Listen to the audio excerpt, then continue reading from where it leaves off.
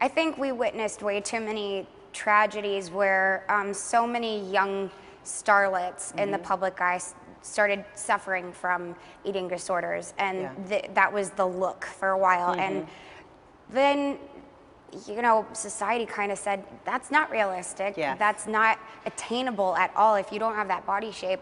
What is attainable is working with what your body has. So if you're muscular, awesome. If you are curvy, you know, rock those curves. And if you're very thin, awesome. Wear things that make you feel confident in them. There's no right or wrong body type. It's just about being healthy and feeling good, and when you look in the mirror and when you wear your clothes, and comfortable, you know, with who you are and what body you have. Right. Okay. So the photo shoot today, you're doing that, right? Nobody's just like putting you in anything, right? No, you're doing things that you feel comfortable in. So tell me about the photo shoot.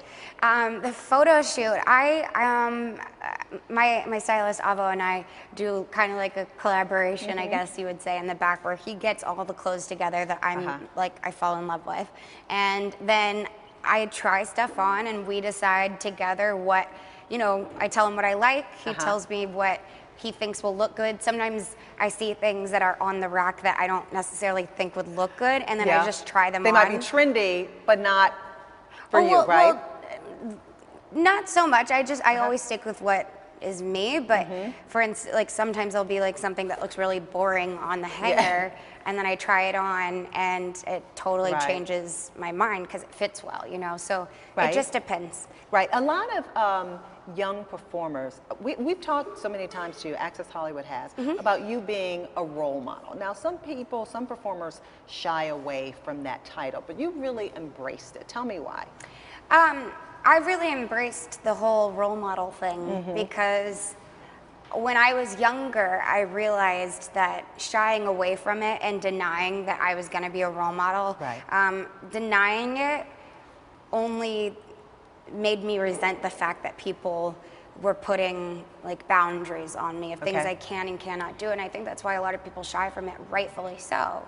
People sometimes just want to live their lives. At that moment, I knew I was doing a lot of things that weren't right and weren't role model like, until the day that I saw everything in the bigger picture, where my voice is going to be, if you live your whole career just singing and just taking pictures and just living in front of everyone, if you don't use your voice for good, it's actually a very vain career, narcissistic career. So I want to use my voice for good, and I know that I can do a lot other than singing. And that's what I want to do. That's what I want to show people. When did you come to the point where you realized that you were relatable because, as you said, you took the stigma away from certain things, certain behaviors, and the girls were able to say, she's beautiful, she's rich, she's famous, but she's like me. She's relatable. She makes me feel okay about myself.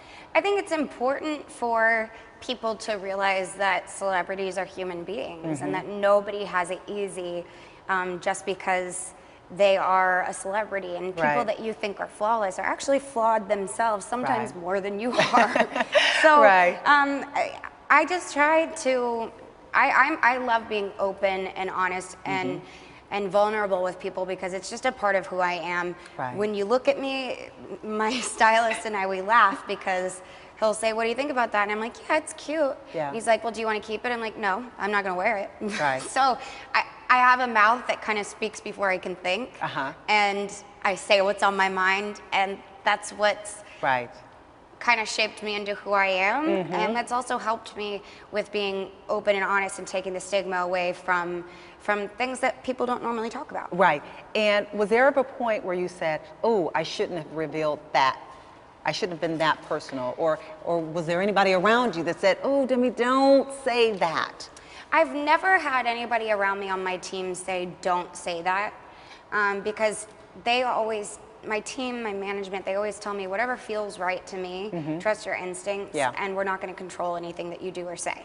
So, you know, I feel like I have a sense of control with what I want to say and not say, but also I know when to say things. And there have been moments where I've spilled too much about my career, or I mean, spilled too much about my personal life Yeah. in certain interviews, and I look back and I'm like, gosh, I wish I didn't say that.